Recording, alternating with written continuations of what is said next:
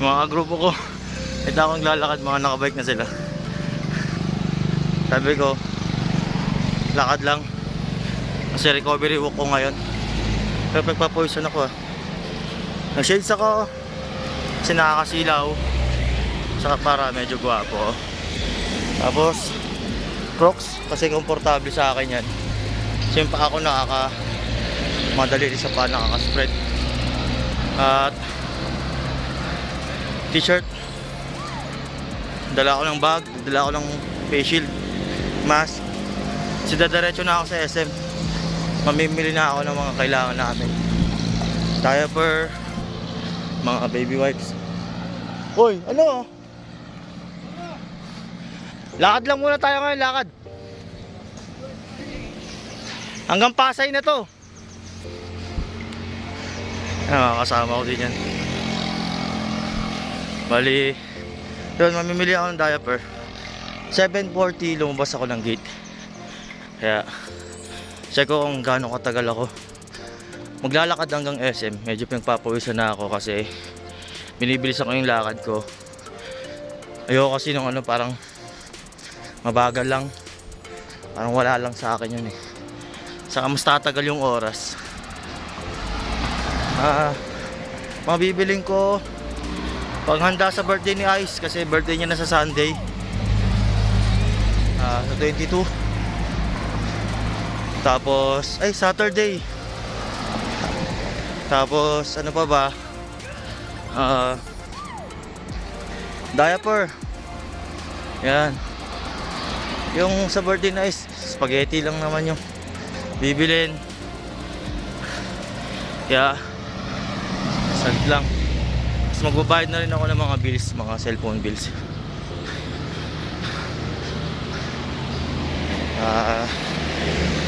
Ano ba?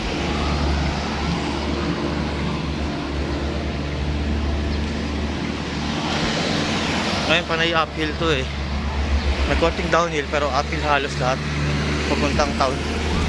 Kaya malamang subukan talaga yung legs. Saka sa amin ganun. Kung ano-ano man.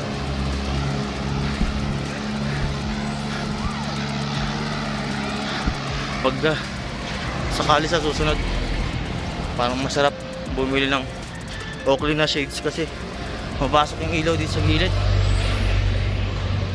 Try ko yun sa susunod. Sige, lakad na ako ulit. Focus muna sa lakad. Yun. Itong kahabaan na to, panay uphill to, tapos downhill dun sa kabila. Ito yung isa sa pinakamagandang view dito sa Luwakan, which is puno sa kanan at puno rin sa kaliwa. Panay puno. Malamig dito sa part na to. Kanina doon aarawan ako, papawisan ako. Ngayon hindi, nilalamig ako sa part na to. Oy, gapo. Okay. Ito, pinamagandang part. Lalakad ka, nagbabike. Enjoyin mo yung part na to. Nagpasa ng Kadaklan dito sa Baguio. Yung lugar niya sa BOA. Kung ano man yung BOA na yun, hindi ko na maalala. Parang of America yun eh.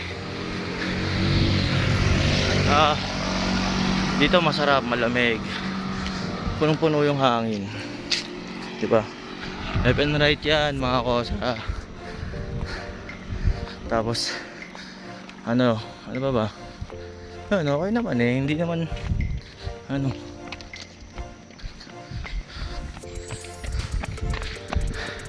hindi ko gagawin yan. Magmamasa habang nagja-jogging. Hypoxemia, pagkukulang sa oxygen ng lungs. Ang dami nag-collapse dyan. Google din. Kaya sigurado maririnig yung ingay ng mga motor sa sasakyan. Sunday ngayon, hindi ganun kadami mga bumabiyahe. Malamang sa malamang mga nasa Baguio naglilibot. Ganun. Yan, ito yung apil na yan.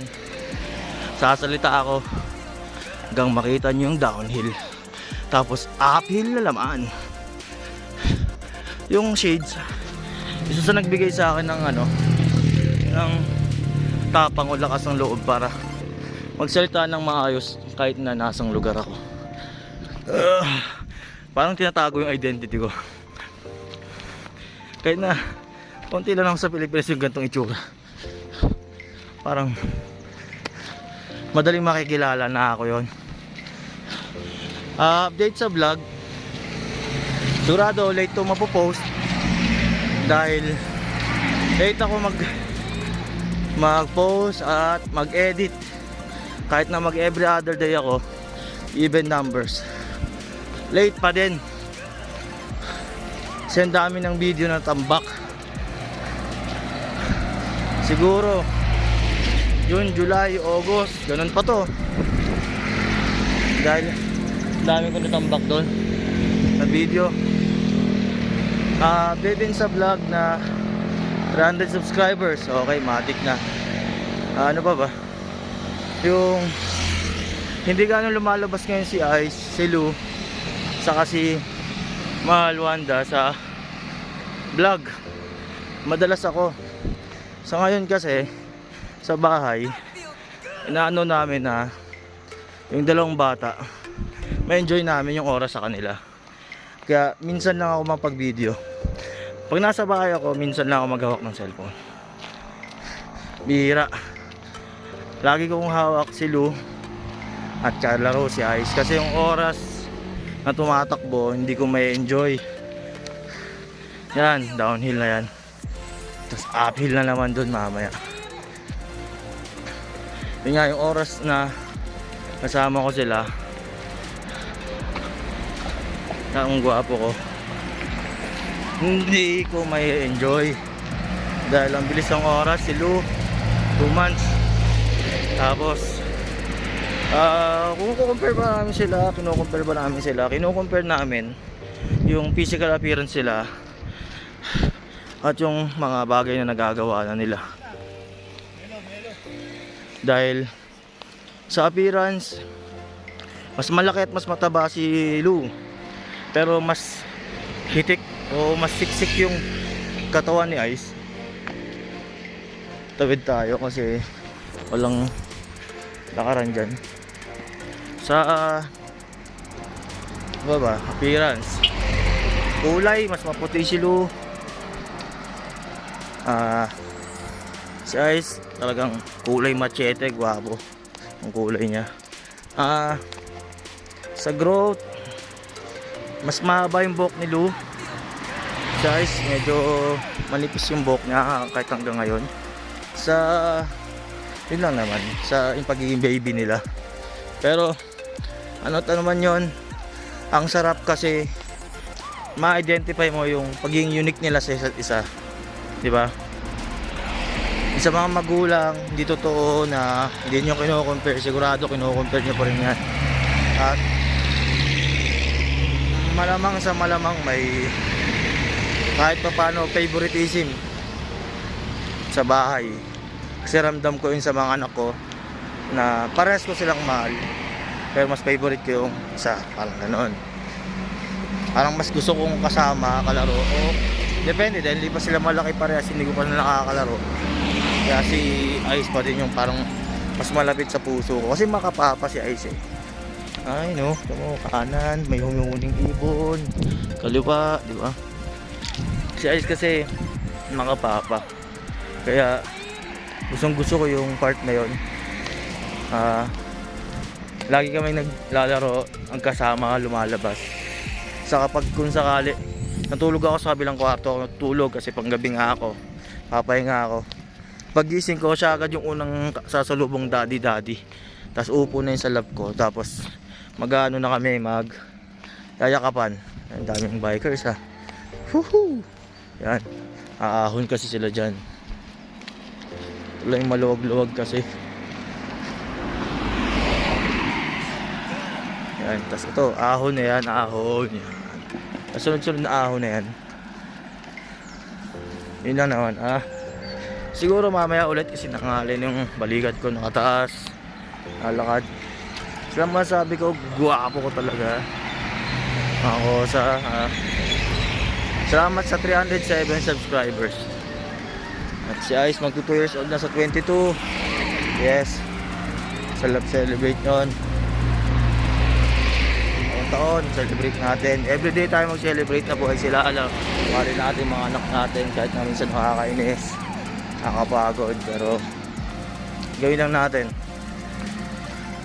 At so mamaya ulit kasi paahon to, mas gusto ko nagsiswing yung kamay ko para mas mabilis yung lakad, saka yung pacing, yung body movement, yung criss-cross movement, something na gumagana yung left and right brain. Parang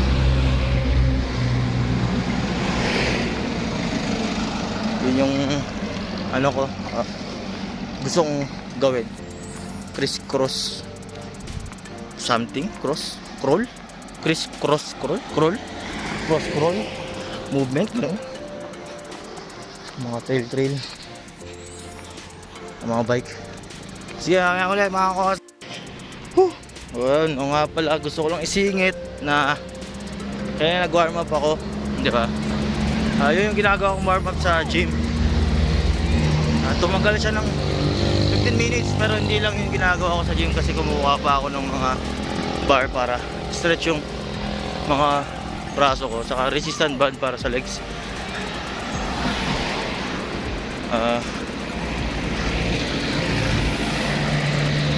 Tingin sila sa akin eh. Ayaw mo salita. Yun nga, kumukuha ako ng resistant band saka ng tawag dito, mga bar para mag stretching, tas lightweight na tawag dito, dumbbell para i-prep ko yung katawan ko na nag-weights. Tapos isang heavy lift ng deadlift, mga nasa more or less 110 pounds para deadlift ko siya ng 30 to 60 seconds, gano'n. Tapos saka ako mag-umpisa ng routine. Ewan ko, gusto ko nagde-deadlift talaga.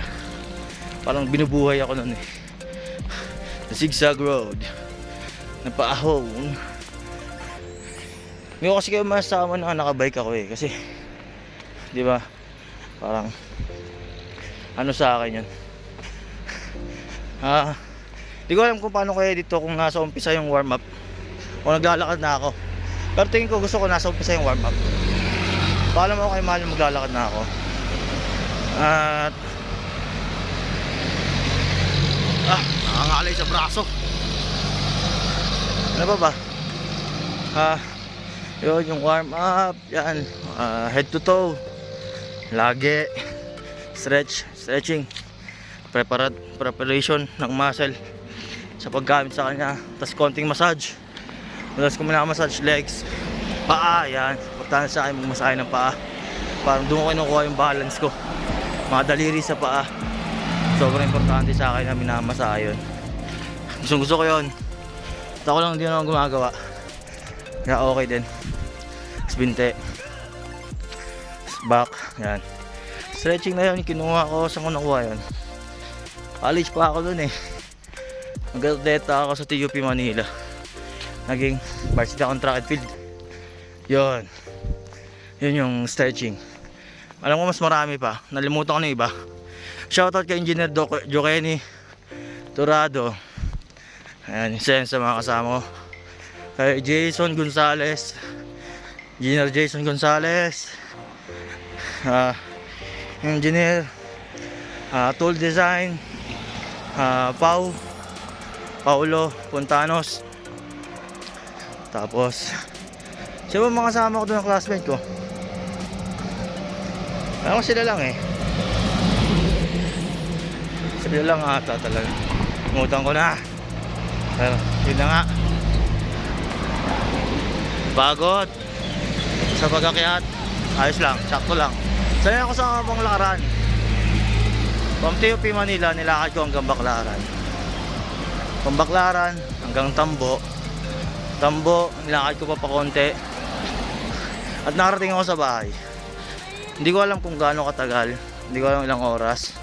So ang pangyayari nun, parang meeting ng mga isang relihiyon, banggitin ko ba? Iglesia ni Cristo sa Luneta. Yan. Meeting sila doon. College ako noon. Kailangan makauwi. Walang masakyan. Puno ang LRT at MRT. LRT, ang mga bus at jeep ay bumiyahe. Kaya yun ang ginawa ko. Naglakad ako. Parang kilala ko itong bike. Katrabaho ko yan na electric bike yan na may support ng pajak. So hindi daw ganun kalakas. At ayaw nga sabihin ko, kaya pala walking kasi napag-aralan ko sa isang video na ang walking nagbo-burn siya ng calories ang 10,000 steps a day, pero kailangan 1 week para maganda nagbo-burn siya ng calories nang hindi nag-atrophy yung muscle at hindi na nag-hypertrophy, parang gano'n. So pag nag-cardio ka na running, bike, hindi ko alam kung kasama yung jumping rope, nag-atrophy yung muscle, yung tunaw niya daw, something na gano'n, hindi ko alam. Type 1 muscle sabi, hindi ko naintindihan yon, mga gano'n. Basta lumilit yung muscle, pero nag-burn ka pa rin. Tapos pag nag-weightlifting ka, lumalaki yung type 2 na muscle, nag-hypertrophy, mamaga yon. So walking yung pinakamaganda na cardio. Ang gusto mo magbawas ng calories, ng fats, toxic sa katawan, nang hindi ka nag-hypertrophy at atrophy. Hypertrophy, namamaga, atrophy, lumilit, ganun. So ito na yun. At nakita ko lang sa CrossFit yung iba, pag pahinga nila, rest nila, nagre-recovery walk din sila. Kaya ginawa ko, naisip ko mag-recovery walk ng mahigit 10 kilometers mula sa bahay para naayos naman, hindi naman ako pagod na pagod. Diretso na rin pamimili sa SM. May nabuhatasan na ata ng gulong binubuhat yun lang naman. Mamaya na ulit siguro kasi gusto ko maglakad ng magalaw yung kamay. At hindi ko alam kung napapansin ba sa video na numipis yung mukha ko. Hindi, yung pisngi ang numipis, yung mukha ko makapal pa rin. Malinaw na. May comment Sige, mamaya ulit. Hey boys, yun mga kusa, nandito na ako sa town. At saktong isang oras, 8:40, nag-video ako ngayon. Nandito ako malapit sa PNR ang tawag dito sa lugar na yung banda doon. Hindi ko alam hindi ako magaling sa mga ganyan-ganyan, pero ayan yung malapit sa Victory Liner. Ayan, bali dyan sa Bineco, saan ako nagpalipad ng drone. Caltex, yan, popular yan dito, lugar na yan. So parang kung tatansyahin ko 1 hour 10 at ako nun nag jogging, parang yung paglalakad ko ng mabilis, halos ganun din yung naging time. O baka dahil hanggang palengke pa ako, kaya parang hindi ko sukat pa kasi mahaba pa yun Ayan, SM, andun na, halos tanaw na dito yung Ferris wheel. Diyan ako palipad ng drone, di ba? Kaya yun, saktong 1 hour dito ako halos sa PNR. Tapos surado, makakapasok tayong SM agad-agad. Alas 9 papasok na sila para supermarket. Alas 10 sila nagpapasok sa buong SM. Kaya makapamili na tayo ng mga kailangan natin. Listahan naman tayo. Lagi tayo may dalang ballpen. Siyempre kailangan magdala ng ID. Yun lang naman sa ngayon. Kumakahanap ako ng taho, magtataho ako. Alam ko may nagbebenta ng taho dito. Sa kanto na yon, sobrang liwanag, di ko makita. Pero sana wala dito. Kasi pag may nagbebenta ng taho, inom ako ng taho. Protina yon, protina. Tapos makikiihin na rin ako sa saan may CR. Siyempre sa SM na ako makikiihi. Ganun lang naman, hindi na tayo mamadali, basta makauwi tayo maayos. Kung nahingal pa ako, okay lang.